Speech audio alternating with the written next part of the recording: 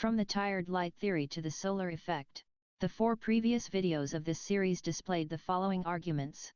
What are gravitational waves like? The universe is a different nature's gravitational fields continuum, all varying and overlapping over time. Universe of waves, permanent and transient. The universe is a continuum in frequency in nuclear weak and strong interactions in gravitational and electromagnetic fields, both permanently and transiently. I name this grand unified electromagnetic spectrum continuum, or GU. Continuous universe, gravitational waves and electromagnetic spectrum. The continuum GU, which constitutes the entire space of the universe, is in itself the propagation media through which all waves in the universe spread. The displacement through the continuum GU of any wave is accompanied by an interinduction effect, similar to the Joule effect. Interinduction I name Grand Unified Joule Effect, or GUJE. All this interinduction is a permanent microwave radiation source with temperature above absolute zero. In fact, the solar effect not only explains and predicts the degradation of the electromagnetic spectrum to microwaves, but also that every wave wears away in frequency.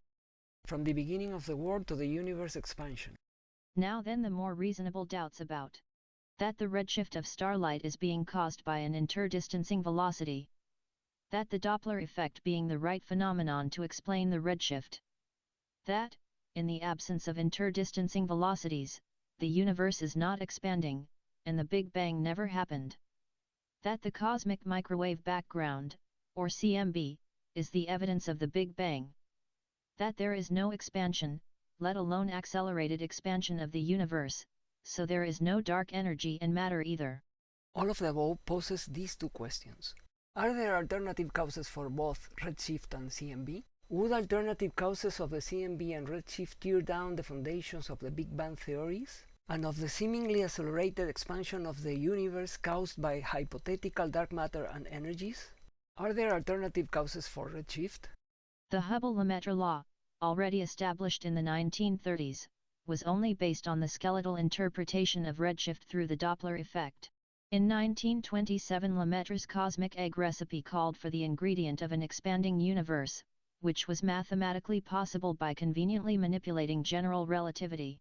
But this manipulation also caused an undesirable mathematical redshift effect called relativistic, because it originated from the expansion metric itself.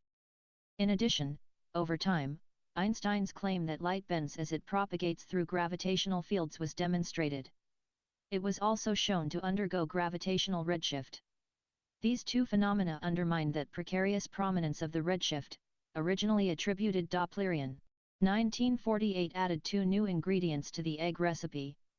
One is the magical theory of cosmic expansion by George Gamow, which Fred Hoyle baptized with derision as Big Bang, a name that would endure, and the other no less magical, with Ralph Alpher blaming that Big Bang for the element's nucleosynthesis. Up to this point in history, it was known of the existence of 4 phenomena responsible for originating redshift, 1 Dopplerian physicist, 2 relativistic mathematicians, and another gravitational. But their mere existence did not prove that any of them was per se the sole cause of the redshift observed in the galaxy's spectra, and less therefore of an apparent expansion of the universe, and even less of a Big Bang existence. In 1955, Narinder Singh Kapani invented, developed, and named fiber optics, whose origin dates back to 1868 when John Tyndall discovered that light travels by reflection inside purified water in mirrored tanks. The light propagation by the reflection phenomenon between different refractive index media, the optical fiber basis, began to have very interesting applications. The huge communicational power achieved by our present society would have been impossible without this technology. But, in its beginnings, aberrations, delays, dispersions, attenuations and a very long etc. of phenomena complicated propagating light through optical fibers with sufficient quality and bandwidth to be able to transmit data. Fiber optic lines reaching and exceeding 100 km were causing an unexpected phenomenon in the signals transmitted with light, redshift.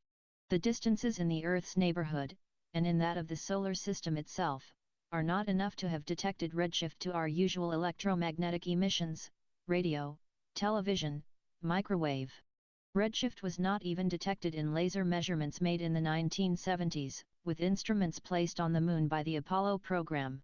Were it not for the light of the galaxies, the redshift would have remained hidden until the development of fiber optics for data transmission. Redshift is detected in propagated light over a few kilometers of optical fiber, while detecting astronomical spectral redshift requires distances measured in multiples of light years. The abysmal difference of orders of magnitude in distances is directly related to the difference in density of the propagation media. For example, between the density of glass in the optical fiber and that of the Q continuum in space.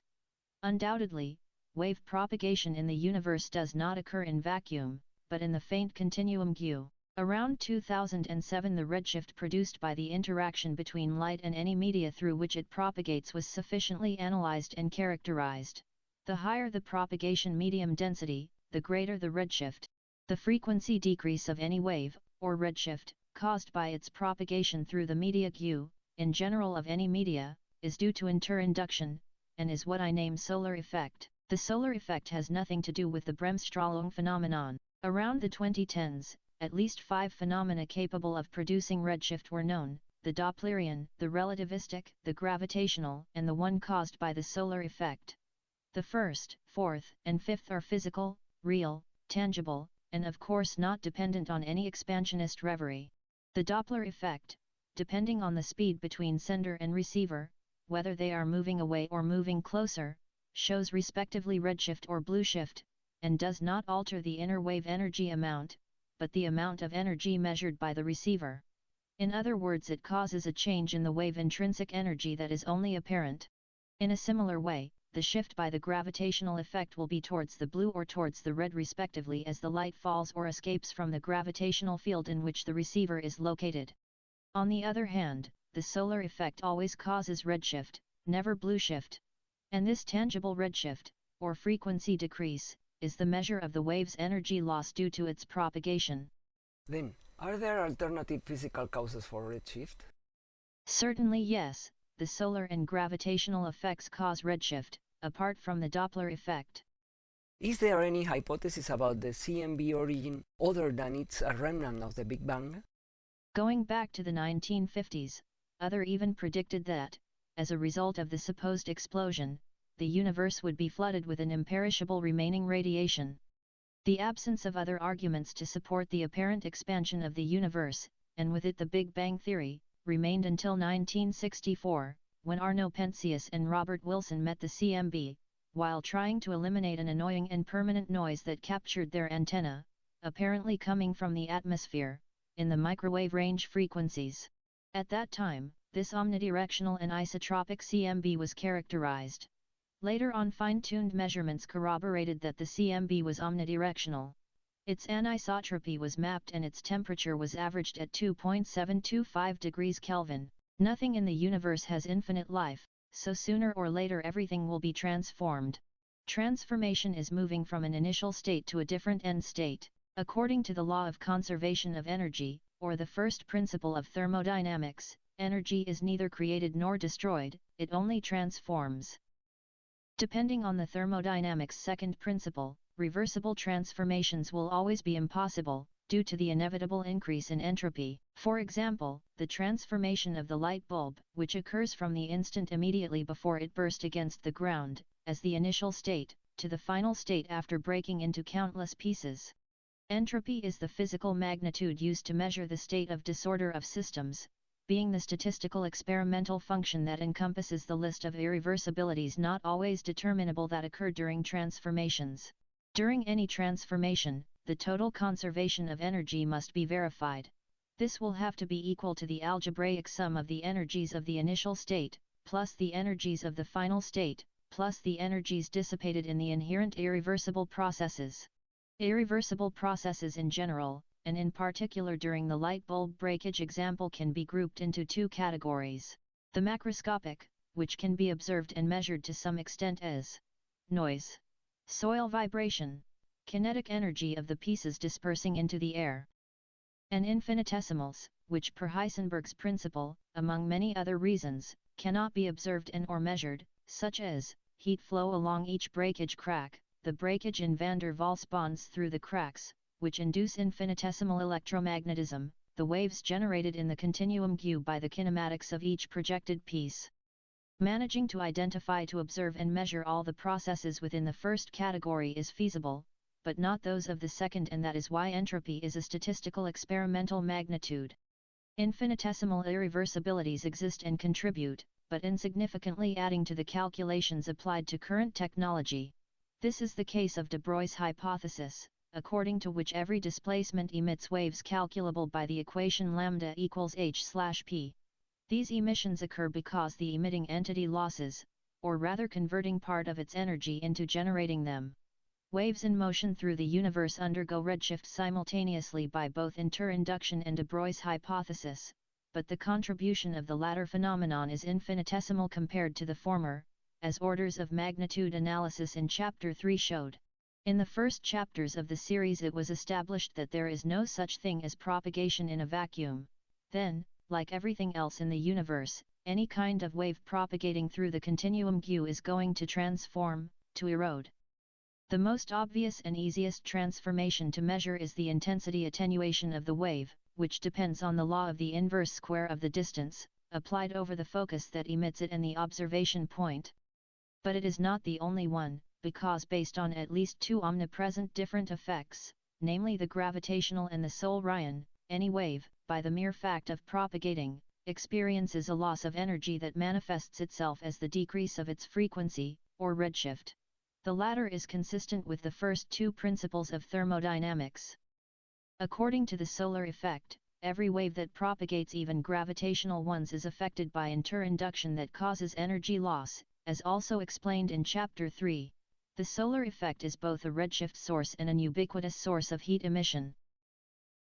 Due to interinduction, as it occurs in regions of the universe with greater or lesser density of matter and energy, any wave propagation will emit proportionally and respectively greater or lesser amount of CMB. This is equal to waves propagating through regions of the universe with greater or lesser density of matter and energy will experience, proportionally and respectively, greater or lesser amount of redshift. Moreover, the CMB will experience the selective opacity, greenhouse effect, of the clouds of certain gases or fields present in the space through which it passes. Density differences concerning matter and energy in space, along with gravitational fields, gas clouds, and any other phenomena scattered in the universe, anisotropy of the continuum Q, are responsible for the observed anisotropy of the CMB. So, could another hypothesis explain why CMB is not remnants of the Big Bang? Certainly yes, the GUJE interinduction in the Q. Now, this redshift caused by EJGU interinduction in the EGU hypothesis, or solar effect, must also show that its predictions conform to the observed reality, and it does not conflict with any law of physics.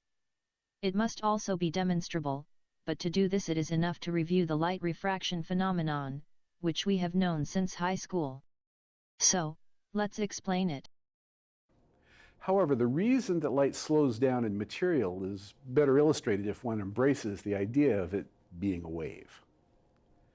There are many properties of a wave, and most importantly, the wavelength. The wave oscillates up and down with a separation between peaks and a time between oscillations.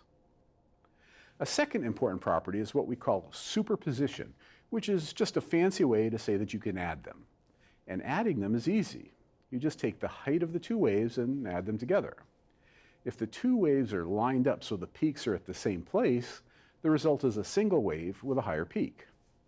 If the wave is lined up so a peak corresponds to a trough, then the two waves cancel.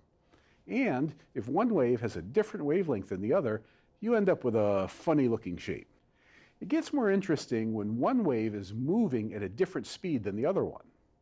The result is a different wave, but one that has a different speed than either of the two. That's super important, so let's just take a careful look at it. If we add the two top waves, which have different speeds, the bottom wave also moves, but slower. So let's get back to light moving through glass or water. Remember that light is a wave of electric fields. It oscillates with a characteristic wavelength and frequency. That wavelength depends on the color of light, with blue light being about 400 nanometers and red light being about 700. The numbers don't matter as much as that you remember that light is changing electric fields. Now, of course, glass is made of atoms, which are surrounded by electrons. Electrons have an electrical charge, and that charge feels a force from the oscillating field of light. Because it feels a force, the electrons move. But moving electric charges also set up their own oscillating electric field. Said simply, the oscillating electric field of light makes electrons move, which makes a second oscillating electric field. And if you have two oscillating electric fields, that's two oscillating waves, and you can add them together just like we saw before. The net effect is that the two waves combine and make a single wave of oscillating electric fields. And that is the wave that moves through matter. And this is important, it moves at a slower speed than light does in a vacuum. This also explains something that many people were confused by.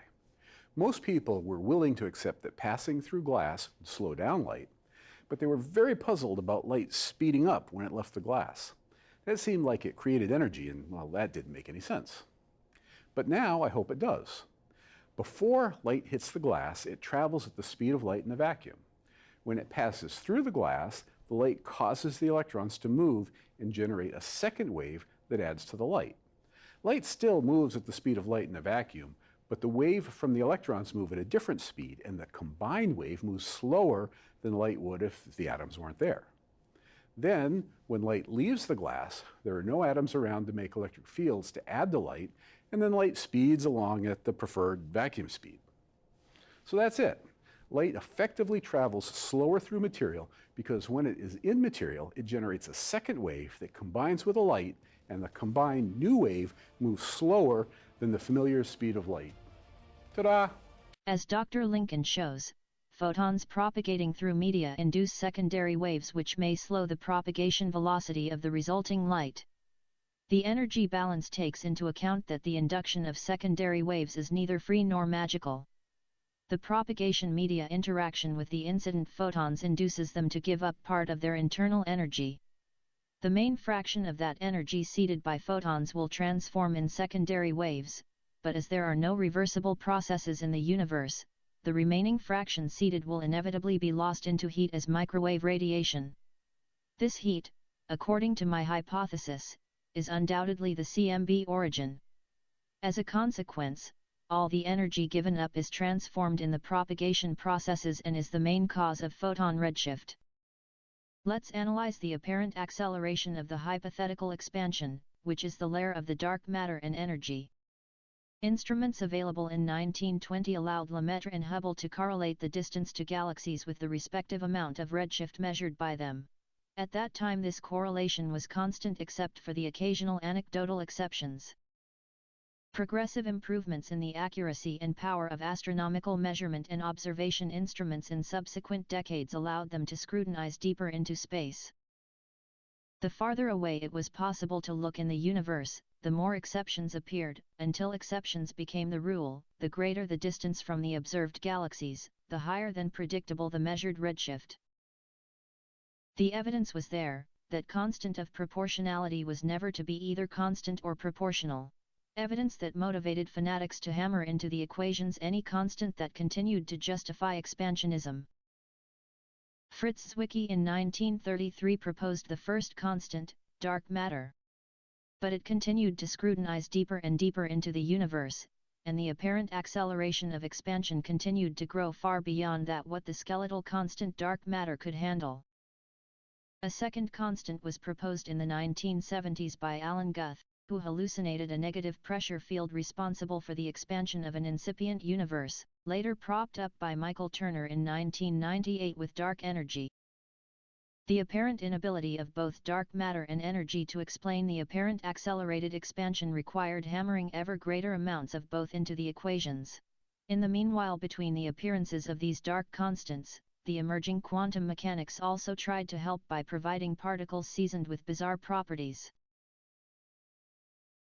Pretending exactness, fanatics could only hold dark matter responsible for a small part of the seemingly accelerated expansionism.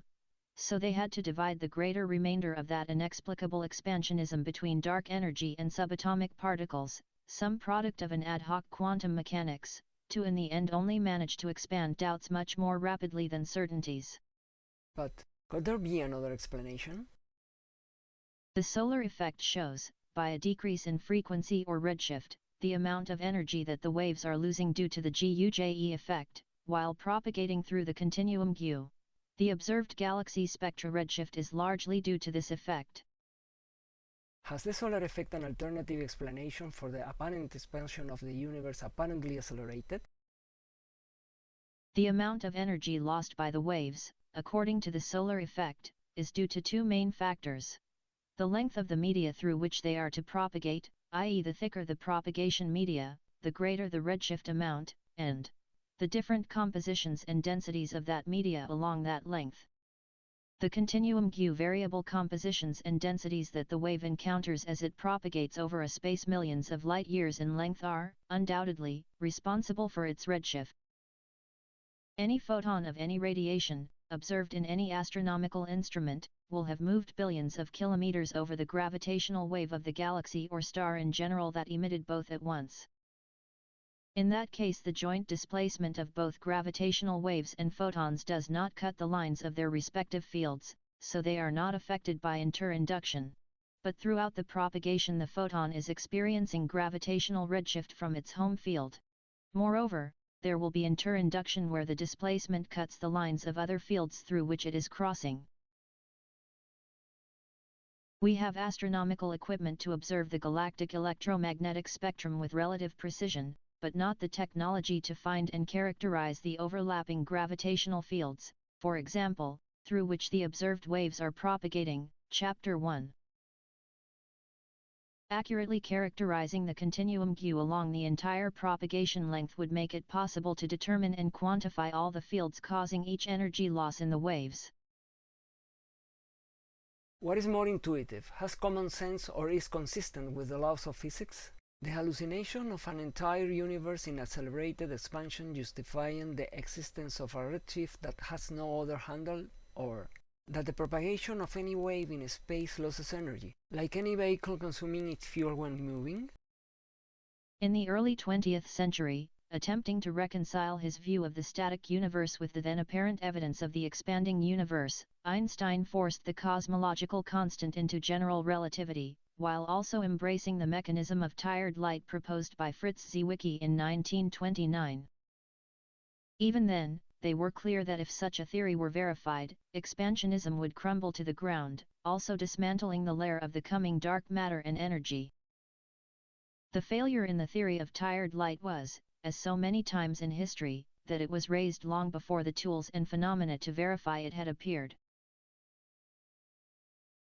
The decrease in spectral frequency of the light of galaxies, or redshift, is due to interinduction by propagation through the continuum GU, through all media in general, and is what I name solar effect. The solar effect is the physical basis that the tired light theory did not have at the time. The CMB is the degradation of all propagations in the GU, due to interinduction by the grand unified Joule effect, or GUJE. Determining whether the universe is static, expands or collapses is still impossible because there is not enough information. But spectral redshift is not caused by any expansion of the universe. The CMB is not a Big Bang's noise remnant. According to the previous arguments, the Big Bang never happened. Dark matter and energy do not exist. Many of the particles and attributes thereof emerged from quantum mechanics in response to expansionism are just mathematical artifices.